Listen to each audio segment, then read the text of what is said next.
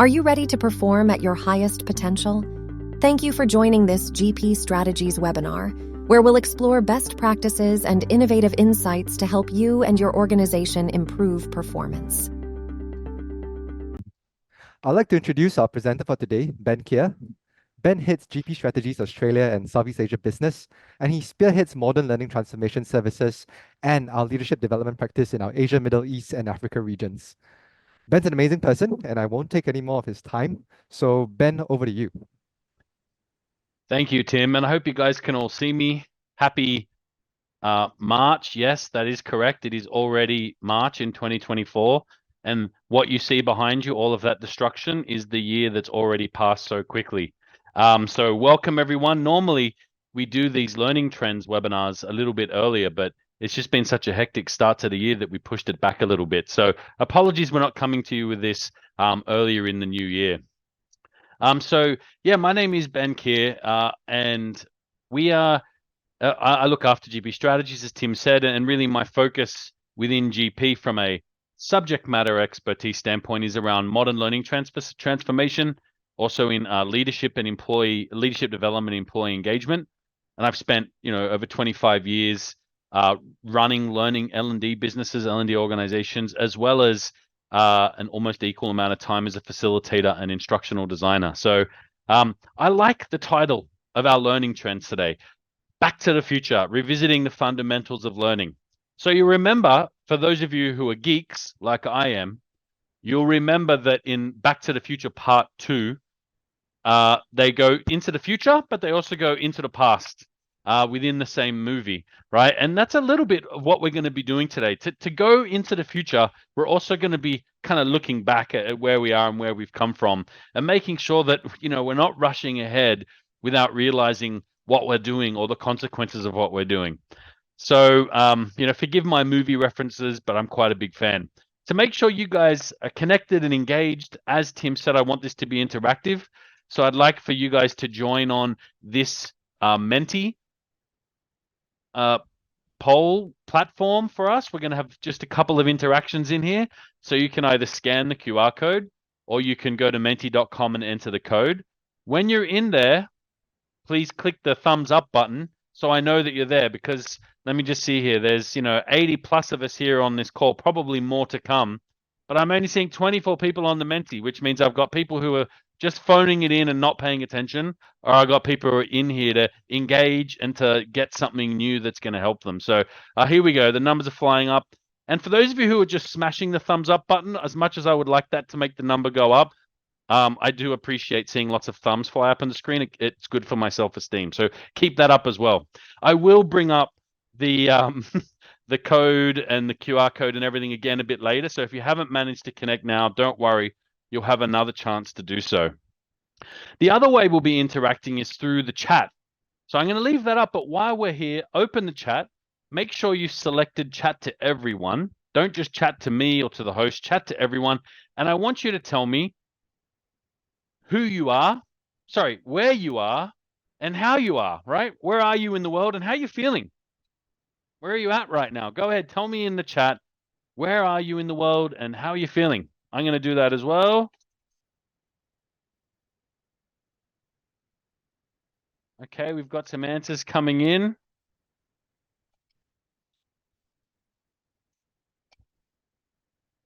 All right, what do we got? We've got Sharon in Melbourne. We got Susan, who's in Singapore, feeling great. We've got Kalpana feeling great in India.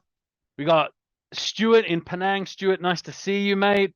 We've got Zareen Aziz in Hong Kong. It's cold, so feeling cold. Starry in China. I feel like I've met Starry before, one of my visits to China. Kathleen in the Philippines. We got Kelly in Australia, feeling wonderful. That's nice to see. I've written feeling a bit tired, I've got to be honest, because it feels like it should be June, with the amount of work that we've been doing. Tim's in Australia. Chris is in the UK. Oh, good effort, Chris. You get extra points. If I was giving points, you'd get 50 of them. So thank you for joining. So we all know where the chat is. Nice to see everyone. Shanghai, China. We've got folks from Nigeria. We've got folks from all over the world, which is super cool, given that we're really focusing on the AMEA market. So yeah, Eugenia in Singapore. So yep, we're going to use that chat and we're going to use the menti.com. So I'm going to move along.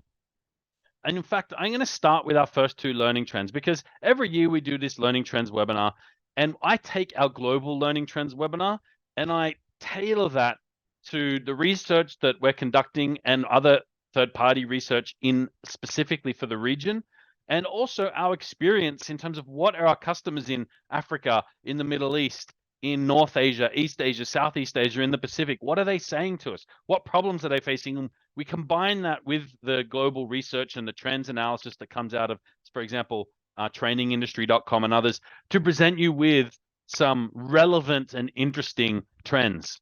But first, before we show ours, I'd like to hear what are your top two trends. And so to do that, we're going to use Menti. Okay, so you'll be able to submit two trends. Here's your QR code one more time. When I change slides, even if you haven't been able to scan the QR code, you will be able to still go to menti.com and you'll see the meeting code at the top, 53861027.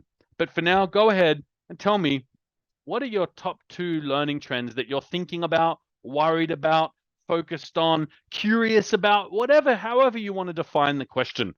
Go ahead and tell me your thoughts. Let's see what comes up. All right, AI. Stop right there. That's all we need. All right, AI's come in a couple of times. It's getting bigger. AI. Okay. Leadership developments come up. Agility, digital platforms, AI tools, upskill, reskill. Yes, thank you. How can we use AI and gamification, all those things to help us upskill and reskill future skills? Digital platforms, relevant and timely. Whoever wrote that, we are best pals. Relevance and timeliness on learning is important. I've got Maggie in the chat. Maggie, you've only communicated to the hosts and panelists. Communicate to everyone, but Maggie said micro training, skills-based organizations. Interesting. We're going to talk a bit about skills, soft skills, back to classroom. That's really interesting. We're seeing a lot of that as well. Localization, yeah, that's a forever challenge, right? Transformation. All right, we're seeing a few trends here. AI and leadership are the biggest words, which means they're the ones coming up the most. Upskill is coming up, I'd say third most here. Coaching is in there as well. Forever valuable, but difficult to get the value from it for a number of reasons. Maybe we'll run a webinar just on the conundrum of coaching being so valuable, yet so difficult to make it happen in your business effectively, right? But yeah, look, these are some really, really interesting trends. Or Power BI, so we've got someone thinking about data and analytics, which is really, really cool. Aligning with roles. So thank you guys for sharing your own trends. We've got 66 responses. They'll probably continue to come in. I'm going to share for a moment what our 5 trends are for today. And what you'll find is there are probably a little bit more. I'm only giving you a short space, but ours are probably a little bit more nuanced and focused on things that are underpinning what you're saying here. So let's go and have a look at them. So back to the future, revisiting the fundamentals of learning. Trend 1, creating a skill-oriented infrastructure. Yeah, so we're going to talk about skills and organizations a little bit and share some insights there. Trend 2, we're going to talk about embracing AI and data-driven mindsets. So it's the kind of two sides of AI, right? The data and the analytics and the value of that in AI, but also the generative AI side of it in L&D. Trend 3, we're going to talk a little bit about measurement and how it should be at the core of what we're doing. That's the trend right now. Measurement shifting to being at the front of what we do, not at the back of what we do, not as an afterthought, and how we can do that. Trend 4 is an interesting one that we're seeing, is the need to go back to the fundamentals of how people learn. We're all moving forward, trying things. We all went completely digital during COVID, and now we're snapping back to classroom. And, we're trying to blend things. We're mixing things up. We're integrating technology. Let's go back to the fundamentals to make sure that the decisions that we're making are on point. And trend number 5 is around the important role and preparation required for leadership, organizational leadership, for making deeper human connections in a disrupted world, in a world of AI, in a world of increasingly complex technology stacks, not just in L&D, but in our product portfolios, in the operations and system and management and compliance of our businesses. So these are the 5 trends. And I think you'll see as we go through it that actually we're speaking to a lot of the trends that you guys mentioned. And Grace has asked, will we share the slides and recording? We'll be sharing the recording and the slides. That is correct.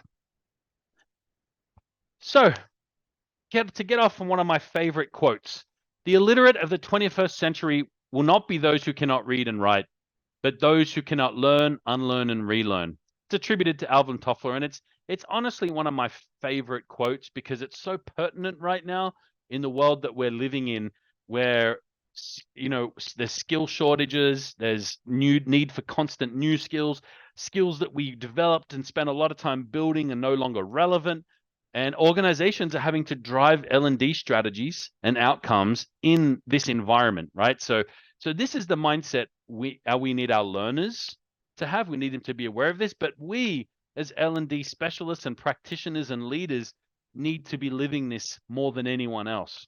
And we want to add to this quote, the illiterate of the 21st century will be those who cannot connect, reconnect, and collaborate, right? The importance of human connection in the future of work, despite AI and digitization, cannot be understated. So let's jump in and explore that.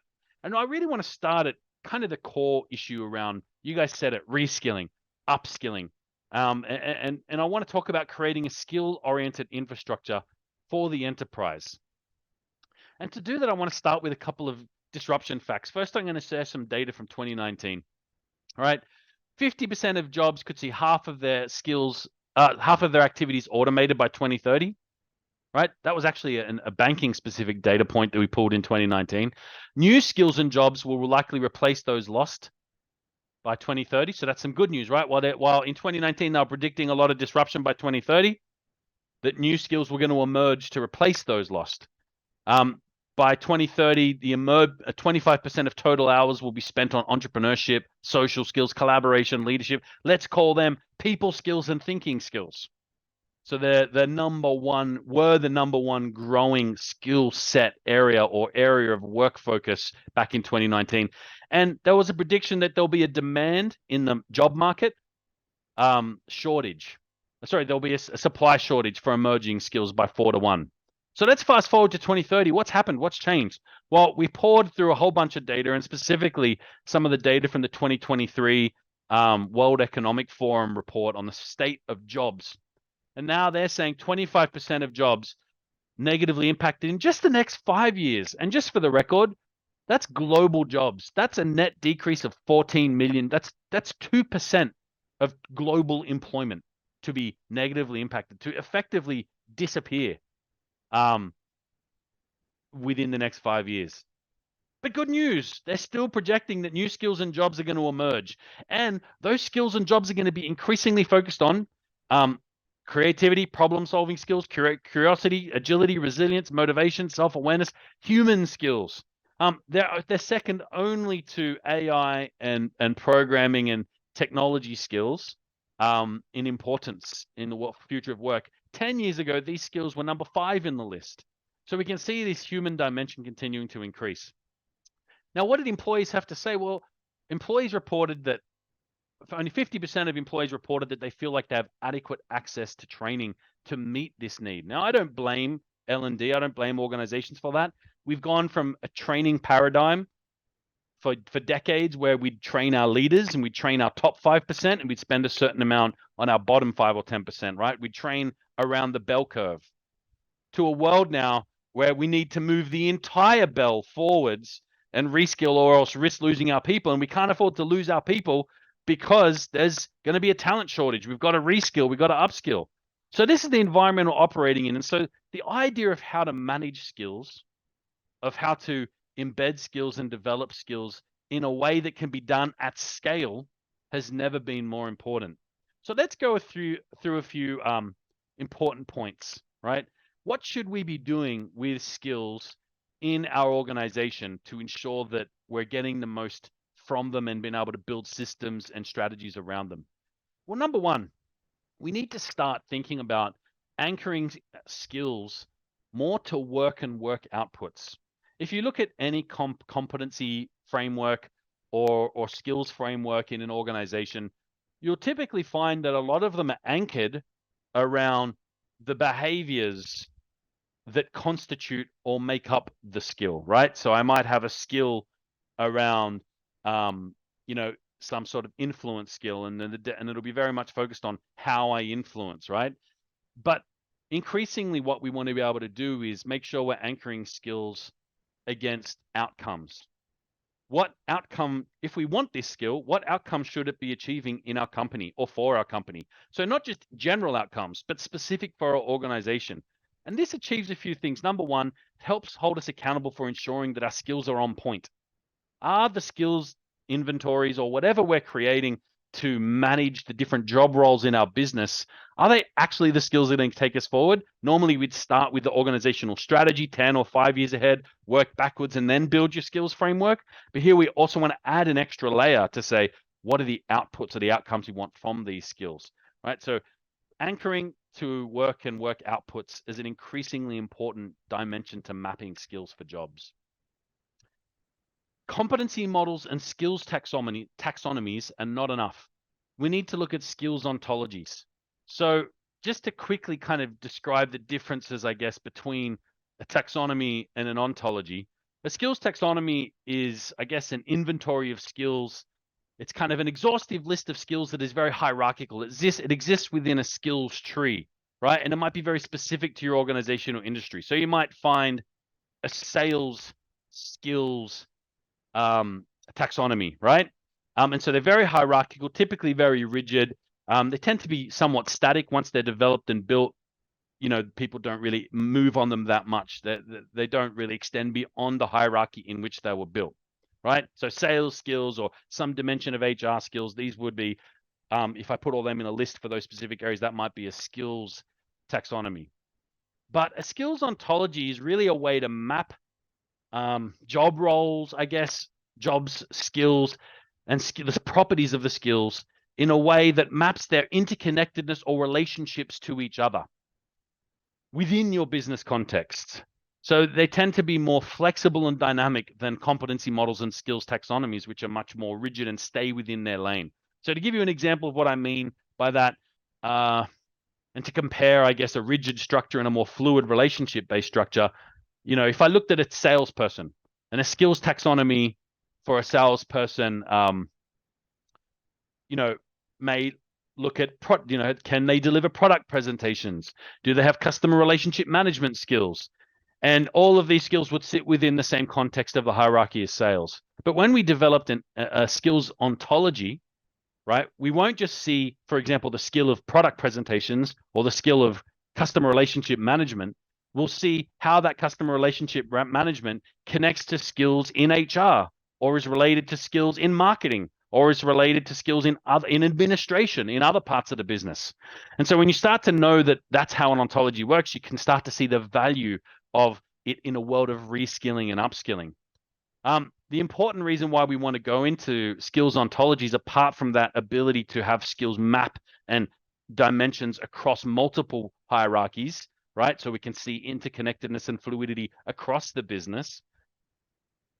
They're really critical for helping our employees gather insights into where they can grow, how they can grow, right? Where I am now, where do I want to go? And that might be vertically, but it might also be in another area. Right now, we're working with a large regional bank in developing a cybersecurity practitioner program, right? Multi-month, lot of complexity, right? And so defining what are the skills needed as a cybersecurity practitioner and professional, having an ontology behind that would be able to map back to which employees out there in the business who aren't in that space might want to join could be very valuable, right? So this is really critical for us to empower our employees, but also empower ourselves to be able to respond to disruptions and to be able to better map out our skills and job progression for our employees. And here's the crutch of it all. These skills ontologies are essential for fueling AI-enabled skill solutions right on talent platforms. And so thinking and starting to work through skills ontologies, thinking of yourself around skills and how they connect to other skills across the organization, right, can help you be ready for when you do implement a solution that is AI-driven, because most AI solutions rely on a skills ontology to be effective and to create that automation around helping employees see where they want to grow. And developing these ontologies, it's not something you hire out to a consultant and they come back to you with your skills framework and it's done. It does require, because we're focused on business outcomes, because we're focused on interconnectedness, it does require a bit more coordination and collaboration between business units. So this is the finer points on creating a skills ontology. This is a trend that we're seeing, and it's a trend that we expect to go much further in 2024 and beyond. And hopefully you're a little bit more clear if you weren't already on that. So trend number 2, reskilling the L&D team to embrace AI and data-driven mindsets. So I want to start with a little data point here.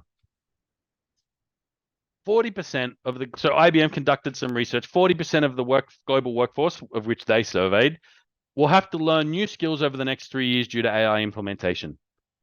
But 80% of executives believe most positions will be augmented rather than replaced. So this is good news. If people are worried about AI taking their job away, look, it's definitely going to affect some jobs. But the vast majority of jobs and the way that organizations view the emergence of AI is that it's going to augment jobs. It's going to change the way we do things. Hence, probably our code word for today, which is reskilling and upskilling. And so if we zoom into AI for a second, I'm going to show you guys a little example of just some of that in action. I'm going to show you AI. And I'm going to show you AI, generative AI, and I want you to put on your L&D hat for a second. Whether you're an instructional designer, whether you're, an L&D like lead who's engaging vendors to develop content for you, whatever it is, you're going to put on your hat that, this is in front of you. What are you going to do about it, right? So this is a platform called ADAP. It's a part of the Safety Culture Company's platforms. GP partners with, excuse me, dozens of technologies. We're agnostic with technology. We test and vet technologies and find where are they the right fit. And so ADAP we find is a really, really strong, highly engaging micro-learning platform and micro-learning experience delivery tool. It's an enterprise solution generally. But what I want to zoom in on is a very specific aspect of it, right? So here is what a course might look like in ADAP. Just look at the little here in the administrative side. So here I've got a little course. You can see the way the interactions happen. Here's one about feeling stressed, right? So I'm making content like this. Tell me more. It's very mobile based. I want to be able to swipe through things. I want to be able to use my finger. Here I'm going to zoom into some different things to get different information, right? So it's all these different interactions, very visual. Here I can enter some text in and I can think about something. And I can have that submitted to an expert to respond to it. Here's a little swipe to drag to reveal information. So basically, you can see how learning is designed in ADAP, right? So what I'm going to do here is, first of all, in a traditional L&D construct, you would have either your internal or your external partners developing this program. So you might come up with, the content, the general, you go through a typical design process, right? What are our business needs? What are the learning outcomes? Who are the learners? What do they need? How are we going to measure it? And then you'd maybe kind of do some discussions, some storyboards. You might do it in a more agile way, build it, and then kind of give feedback and build it again, do a more agile development. But that's typically the way it would go. It'd be all hands on deck. Well, now I want us to imagine, in the world of AI, we still have this job, but now what I can do is I'm going to create a whole new course. Well, I'm going to show you one more thing first here. So the way I create content is I've got all these different slides. Here's different ways to use text. Here's different ways to use images. Here's different ways to use videos. Here's different types of multiple choice activities. Here's different ways to present numbers and data. Here's different ways to interact with words. Here's matching activities, games, feedback, peer-to-peer, so on and so forth. So you're kind of picking from those as a developer. So I'm going to go to create. I'm going to create this with AI. Now, as I do this, I want you to tell me in the chat, right? How does your role, how does the role of L&D evolve? All the different roles, the designer, the stakeholders, the subject matter experts, the programmer, the coder, the developer, all the different roles in this type of project. How do they evolve? What type of new skills are required to now in the face of AI? So what I'd like you to do, guys, I'm going to create a whole course using AI, just like what you saw. It's not going to be as good looking, but tell me what course do I want to develop? Give me an idea in the chat. What course should I build? Build a course on what? Design thinking for the community builders. Oh, okay, that's pretty specific. Community builders. I need a bit more specificity on what a community builder is. Customer experience. All right, that's going to be just because I've got limited time here. All right, I could do it and see what comes up. How to deliver exceptional customer experience in automotive retail. Okay. All right. Let's see what comes up. So let's create this course together. I could have done any of them, right? All right. So this is what's going to happen. I've just typed in a sentence. Okay, what's coming up? So it's creating its first tiles. It's bringing up information about customer experience. So we've got different tiles here. The importance of customer experience, understanding customer experience, key elements of customer experience, building trust and rapport, utilizing technology to enhance customer experience, training, empowering. So when I first saw this, I was kind of scared, right? Oh my gosh, look. And it's even come up with a quiz at the end. How can technology utilize to enhance customer experience by offering virtual reality test drives for more, like, it's just done this in how many seconds? Is like, in probably less than 20 seconds, it's created this program that I can now explore, right? It's got an image that it's sourced. It has some text that it's put in. It's got some images and some drop downs. It's even using different types of tile interactions, right? Okay, here's a swipe interaction here. Utilizing the hand. So it's really created a whole experience. It's even put in a chat. Test your understanding. What is a key element? And now I have to select the right answer in the chat. So it's even putting quizzes and activities and carousels. So it's used diverse interactions. It's built the content from scratch. Tell me, does our role go away or does our role evolve? Tell me, what skills are needed? What do I need to be doing in a world where I can build a course like this in AI? Go ahead. Tell me in the chat. Okay, Grace has said curation skills. Yeah, absolutely. All of a sudden now I'm going to go in and curate content. By the way, there is a way for me to input content, right? If I go to here and I go new slide and I go AI create, I can actually create a question bank like I can in ChatGPT and put a whole bunch of text in here and say build a question from just these elements here. Quality assurance. How do I know the images aren't copyrighted? Yeah, storytelling. Curation skills, maybe visual design. Maybe I lean more on the graphic design part. Soft skills, validation. Yeah, more as a SME, right? So maybe I need my SMEs more involved in the process than they used to be. In traditional e-learning design, the SMEs give you the content and you go off and build a course and there's like 3 review cycles, right? That's traditional e-learning, right? There's a lot more learning out there now. Consulting skills to understand real needs.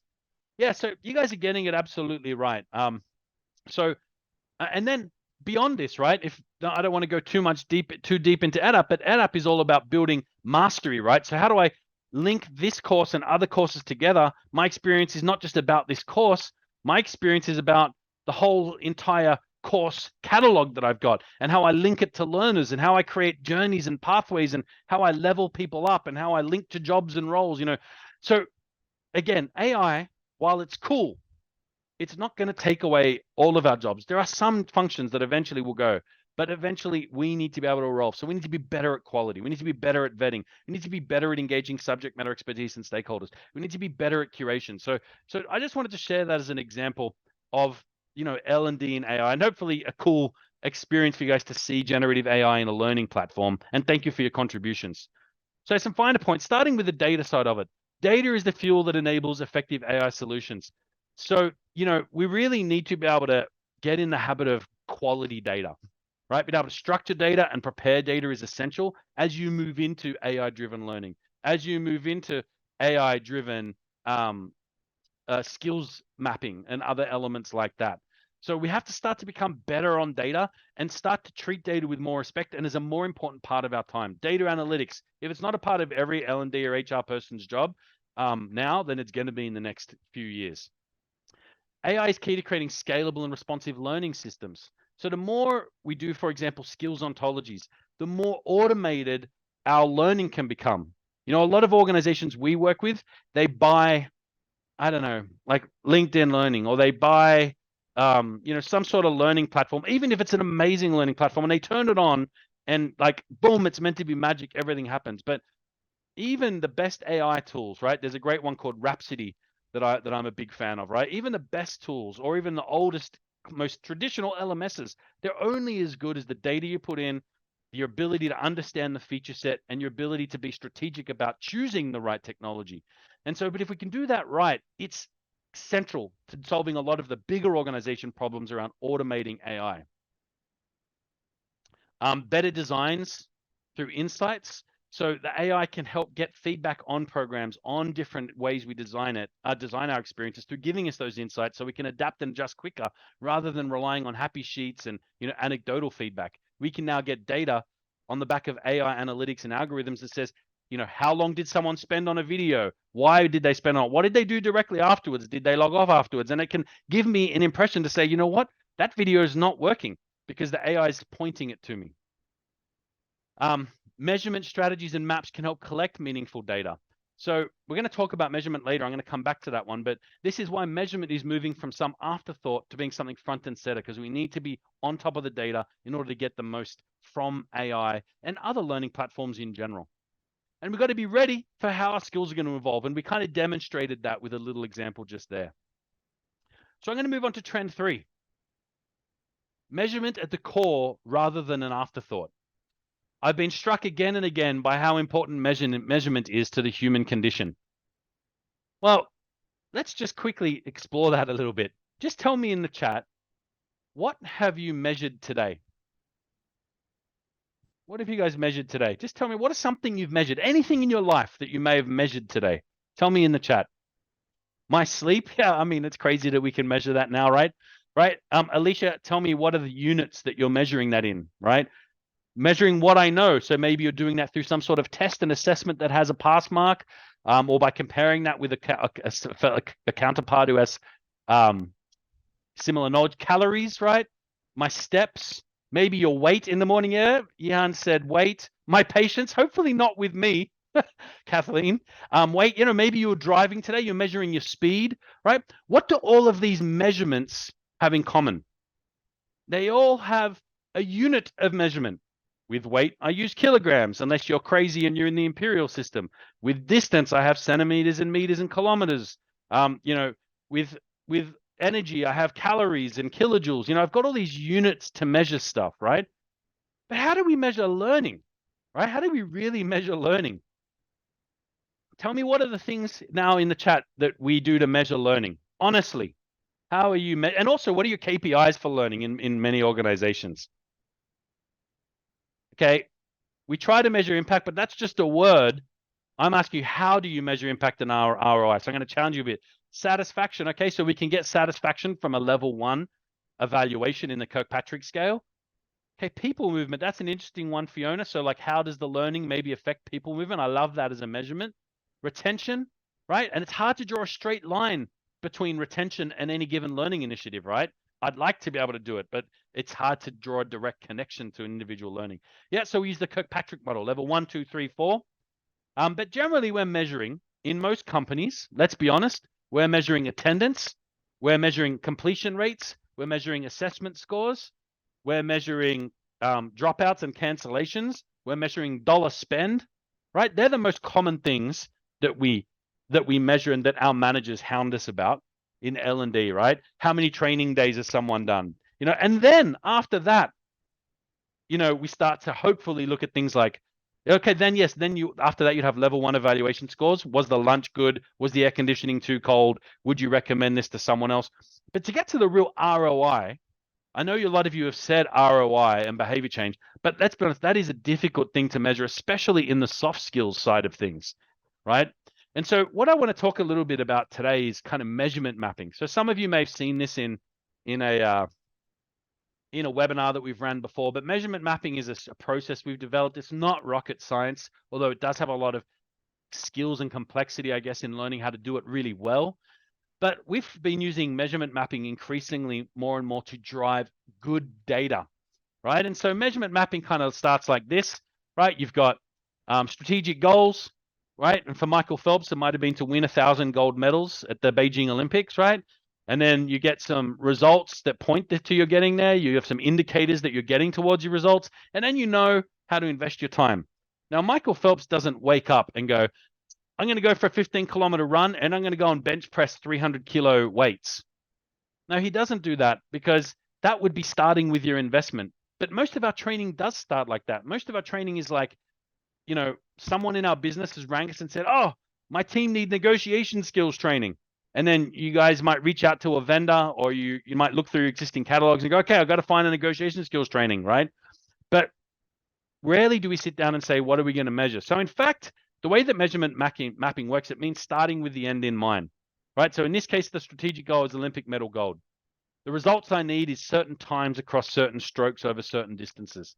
The leading indicators that I'm going to get to those results might be how many breaths I take, how many strokes I take in a lap, my takeoff time, my dive distance, right? How much time I spend underwater, my working rate, body fat percentage, all of these things will be determined. And only then, once I've mapped all of that out, do I then decide what I'm going to train. I don't start with what I'm going to train and hope I get to the gold medal. I do it the other way. Birds, let's be honest, traditionally a lot of learning is developed from the front to the back, not the back to the front. And so how are we ever going to measure ROI if we don't know what our strategic goal is? Or often we'll have a strategic goal, like maybe, make us a number one place to work in our market or in our industry. And then a business result might be we want to drop retention. But then there's a big gap, a big question mark between retention and the training or the L&D initiative or the technology we're going to implement or the strategy we're going to deploy. And so how can we really truly expect to measure ROI if we're not filling out these leading indicators in the middle, right? And here's what's cool, right? Here's an example. This is not a training session on measurement mapping. In fact, we have a dedicated measurement mapping webinar coming up later in March. I'll give you the date for that a bit later on. So I might want to look at something around, my business results. I want to improve financial performance.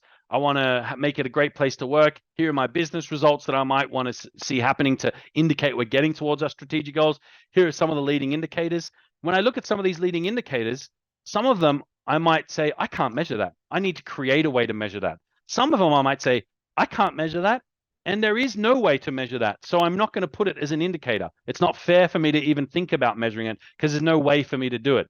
But what this approach does is when I actually design the learning intervention, not only have I identified what I'm going to measure and how I'm going to measure it, so therefore I have confidence to report back on ROI, I'm also able to do something else. And this is one of the great benefits of putting measurement at the beginning, not at the end, is I'm able to design a better learning program.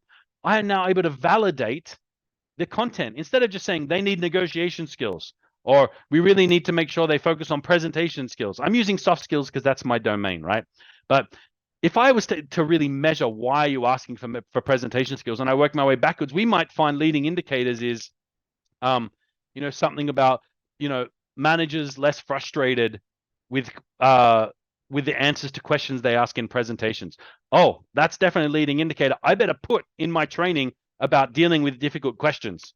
Another leading indicator might have been for presentation skills, that meetings running on time virtually and they're more productive, right? There's got to be some metric for it, right? So we might have to create a survey to measure productivity of meetings. But that means I might need to think, gosh, if I'm going to measure that, that means I need to put in my training some content around leading efficient and effective presentations in virtual settings, right? And so measurement mapping not only helps us measure and gives us data that we can report on, that AI can feed on and give us insights that we can't capture ourselves, but it also helps us temperature check the content.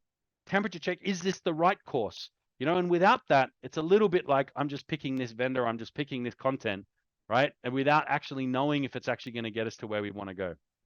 So what are the finer points? Measurement is at the core of learning design. Put it there. Don't keep measurement to the end. And measurement mapping can be a great way to do it. If you want to know more, join the webinar coming up at the end of the month. Start with the end in mind. Use measurement mapping to validate content and your learning outcomes. The content that I thought I needed, is it still the content I need? Be prepared to develop processes to enable development and measurement. So maybe I can't measure it today, but in order to measure ROI, I need to create a survey, a pulse. I need to pulse before, during, and 6 months later in order to make this program measurable. So be prepared to create new measurements. Don't try to measure what you can't. It's not fair to you as an L&D, expert, and it's not fair to your end users or to your manager who wants the ROI measurement. Don't commit to things that are impossible for you to measure. And technology can create new measurement opportunities if done wisely. So when you're designing learning with technology as a backbone, right, it might have points. It might be able to track time spent. It might track login, logout status. It might track all sorts of information depending on the platform or how you've designed it. And I can use that technology to measure additional elements of engagement, of learner retention, of different things. So technology still comes in there. And if you guys want to know more about that, I'll share with you. I don't have time today, but 3 very good examples of real courses of that in action. Last year, we ran a career now. We had over 300 participants on a 5-week self-directed social learning journey spaced over time. And we had lots of cool data around that, which we presented in our findings later at the end of 2023. So if you want to hear about that, let us know. Trend number 4, going back to the fundamentals of how people learn. I want to do a quick poll for a second here, guys. I'd like you to tell me, what is the state of live training in your business, right?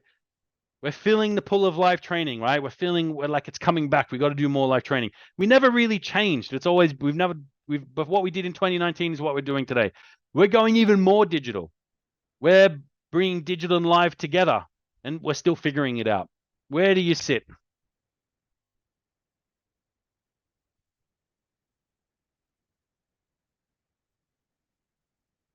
I'll give you guys a little minute to kind of give me some responses.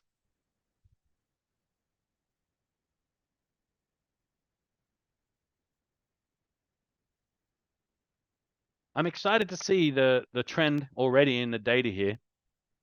It's very reminiscent of what we see out there in the marketplace. So this is good. Yeah, I think I like the honesty of whoever said still figuring it out. There is a lot to figure out. You know, you don't want to rush into these things because you can spend a lot of money, put a lot of time into things that don't give you the results you want, right? So still figuring it out is kind of like, you know, not a bad place to be because technology is growing so quickly and new things are coming out that could have helped you 6 months ago but weren't there, you know. So yeah, I think this is fairly accurate. We're filling the pool of live training too.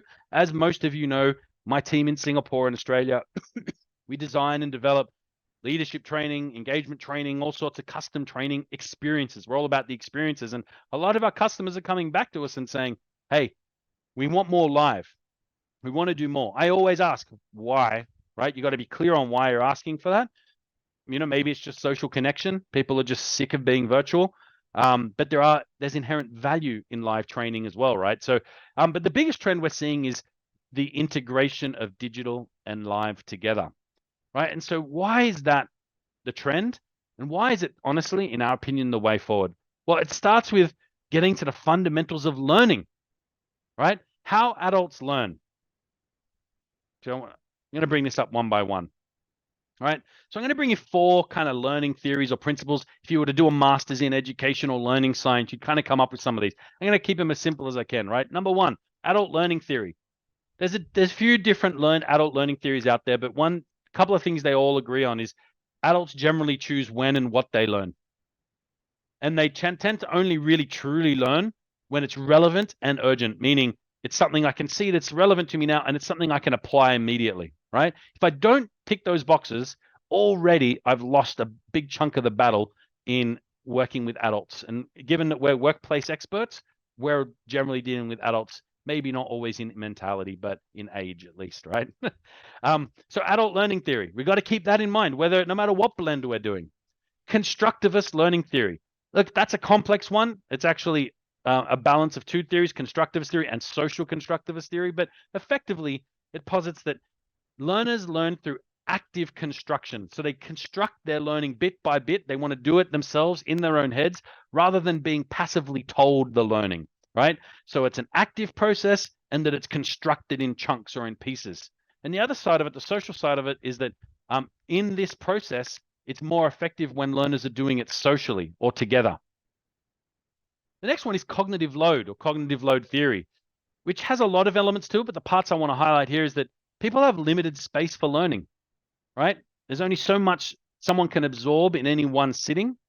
And actually there's limited gains once the working memory is full, right? And so the final one is the forget curve, which kind of is an extension of some of the elements of cognitive load theory. People forget quickly. And as a result, we should space learning over time, repeat and refresh learning, and integrate it onto the job, right? So these are just principles of how people learn, and they have been true 100 years ago and today, and they're not going anywhere. If anything, now we have more tools at our disposal to tap into these learning, these facts of how people learn, of how humans learn. So if we take for a moment and consider, I guess, like classroom training, right? So yeah, okay, I feel the pull of classroom or live training. Great, right? Well, hey, you've still got to make sure the content's ultra relevant and urgent. We still want to make sure it's social. Classroom ticks that box. People are social, and we don't want to lecture, because that's not the right way. We want to design the learning in a way where learners construct it together socially.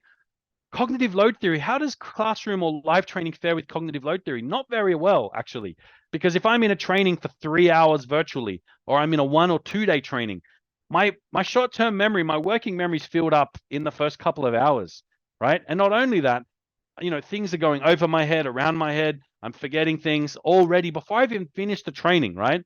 And then when I leave the training, then what? I'm back to work. I've got 1,000 emails. My manager's hounding me about things. So I'm going to forget. I'm going to forget even without that, because that's human nature, unless you've got a special brain, right? But it's not good at spacing learning over time. It's not good at repeat and refresh, right? If I take e-learning, or I can space it over time, I can refresh it, I can microtize it, I can even maybe manage cognitive load, but I lose the social. I lose some of the other elements of it. Maybe I lose the customizability of it because it's so general. And so what I can do now is I can lean on the brain's processes. I can think about the content I want, and I can think about the desire of the learner. And that's where real learning happens. And in the previous world, say 10 years ago, before we had MOOCs, before we had social learning, before we had gamification, we had to basically pick and choose. A blended learning was like, come to the classroom and do an e-learning before you come to the classroom. That was blended, right? Or attend a virtual and then attend the classroom. But now we have access to all these different modalities of learning, right? Virtual and live, they play a role. They're great in social constructivist side of things. They're great in adapting to different learners' needs. But what they're not good at is spacing. So now I can link, this is the blend of live and digital. I can link classroom sessions with a backbone before, where I'm doing maybe 10 minutes a week just to watch a video, participate in a discussion, meet the rest of my group. So I'm building that social muscle. I'm getting that social stuff going. I'm earning points. I'm gamifying it. Then I'm coming into the live training session. I'm more prepared for it. I'm ready for it. I'm excited. I'm still connecting socially with those same groups that I met online on the social platform. And now after the learning, I've got some missions and some activities that help me do activity on the job. Plus there's refreshers. Plus it pulses a quiz at me, and then the AI is tracking my level of competence based on my inputs into the system and feeding information back to me. And then there might be a live virtual session to give some coaching and support. So now I can create learning by blending the live and the digital together that I just couldn't do before. And so that's why blending live and digital together is a critical trend. And so what are the finer points? Know the strengths and weaknesses of different modalities. So I've just touched on a few, right? Live training is great for certain things, but don't think it's better than another modality. Every modality has its own strengths and weaknesses. And when you're making good technology decisions, you're able to blend them and connect them together in a way that is engaging, that drives self-directed learning, that builds the learning agility we all want, right? But you've got to do it properly. And that's really where our team is specialized in. We kind of wrote the book on how do you create this blend and what are the ingredients of it. New opportunities to blend scale, accessibility, and efficacy. We spoke earlier about the reskilling challenges that we're facing, right? Or if you have an AI-driven skills platform, you still need to create learning for it, right? So now with different technologies and using all the modalities, live and traditional and digital, I can achieve learning at scale, yes, but instead of it being a generic e-learning that lacks relevance, I can do things using AI and other design tools to tailor it. I can now reach the many, not just the few in learning, without diminishing efficacy. That wasn't possible before. Scale and accessibility meant standardized, meant non-contextualized, meant non-localized, right? That's now possible, again, if you know what you want and you make the right decisions. Changing how we define and design learning. So getting to good in these top 3 bullet points and measurement and everything we've been speaking about. It's not your typical design processes. Design thinking becomes relevant. Agile development becomes relevant. It's more hands-on, right? You're trying to fail fast. So that's going to change. And don't be a slave to history. Trust your learners, right? The amount of times I have a customer or even a partner within my own organization saying, that's great, Ben, I love this, but it'll never work here. Or our business isn't ready for that. It's a reflection of that one person or that team's battles with making probably not great decisions on technology. Oh, we deployed LinkedIn Learning and we only had 9% utilization and it cost us $1 million, right? That's burned people. And then on top of that, their boss is like, hey, we've spent all this money. Why aren't more people in LinkedIn Learning? And they've been spending hours and hours driving people into LinkedIn Learning without stopping and thinking, hey, it's not a MOOC that's broken. It's not LinkedIn Learning is broken. It's how we're using it. It's that maybe it's LinkedIn Learning alone is not enough, right? And so don't be a slave to the history. Don't be a slave to thinking everything is better in a classroom, right? And most importantly, trust your learners. Every time I've had people say it's not going to work here, they've been shocked and surprised that their learners are actually very hungry for learning and are prepared to jump into something that does this, right? That is relevant, that is urgent, that is social, that is that is gamified, that is engaging, that spaces over time, that doesn't pull them away from their job. When I can achieve this middle section here of aligning to the brain, creating desire, and getting good content, if I can do that, then I don't face those challenges that we've been burned with before. So that is the finer points of I guess, kind of the blend of the fundamentals of learning. Our last trend and our last little bit today is a relatively quick one, which is preparing leadership to make deeper human connections. So as AI and digitization are evolving, there's going to be an increasing focus on engaging our people, right? And so really there's 2 sides to leadership, right? There's competence, my aptitude, that I demonstrate responsibility, that I'm clear, internal achievement, that I know what's needed, that I know what I want, what I need, and that I'm outcome focused. And the other side of it is connection, trustworthiness, that there's a strong meaning and purpose, that I'm able to establish empathy, that I've got external attunement, meaning I'm tuned into what's going on around me and what other people need, and that I'm authentic, right? This is competence and connection. Leaders need both. I'm not about to say that you shouldn't need one and the other. But we have a program called Leading Out Loud, which is about building communication strategies in each of these areas. And we did some research for that. And I want to share a bit of that with you, right? So from high to low, leaders were surveyed on what they saw as most important. And, this is the order in which those things came up, right? Aptitude at the top, authenticity in the bottom. And it's literally a split 50-50 divide. Competence most important, connection least important. But you flip that on its head, and we asked employees what they think is important. And look at what employees have said, right? Yeah, I need my manager to know what they're talking about, business aptitude, but employees want meaning and purpose. They want empathy. They want trustworthiness. They want authenticity. They want managers and leaders who understand what's going on around them. They also still want them to be outcome focused, have clarity, all of these things, but the order in which we prioritize things. And so that's the mindset of a lot of leaders, is more this than this. And so when we move into a world where we're going to be more human-centric, we're going to be more focused, I want to keep these finer points in mind. Number 1, when processes and tasks are automated away, the people managing them are still left. That's why management and leadership and social skills are increasing in importance. And so we have to rethink the role of a leader/manager in the age of AI. All the advancements in technology should create space for time and connection. We should have a little bit more space for it, right? Because we're kind of automating and improving some things. And if we can do this well, we'll enable humans to be inspired and to grow. But to do that requires desire. The humans need a desire to want to grow. So that's why, things like meaning and purpose are so important, because if there is no meaning and purpose, if they don't feel like it's authentic, if they don't understand what's going on, that desire to grow isn't there and they leave, right? And then we're faced with those reskilling challenges we spoke about earlier. And both skills and mindsets of our leaders are needed to be addressed in order to improve in that area. So guys, look, these are the learning trends that we've really focused on, right? So yeah, technology's still at the heart of it, but it's more about how you're thinking about it, how you're interacting with it, what's behind it, what's the strategy? Are we really being careful about it? Are we being future-proof with our decisions and how we engage and get the most from technology? That's really the trend. And so I guess for me, the key word might be consolidation, right? And I'll finish with a nice Back to the Future quote. Your future is whatever you make it, so make it a good one, guys. And also, make it a good 2024.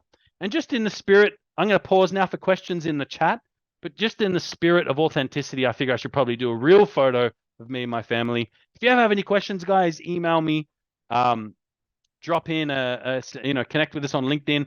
But also, I believe I would like you guys to register, if you want, for the Measuring for Success webinar that's coming up on the 27th of March, 11 a.m. Singapore time. 27th of March. Scan the QR code. You'll be able to register your interest, and you'll be able to, get your registration going and learn more about measurement mapping in detail. So do that, but also I'll stick around for some questions. Thank you, guys, and sorry for talking at you for a whole hour there. Have a great 2024, everyone. Belatedly. This webinar was brought to you by GP Strategies. Together, we help organizations transform through their people. You can access more webinars or download additional resources by visiting the GP Strategies Resource Library. The link is on your screen and in the description.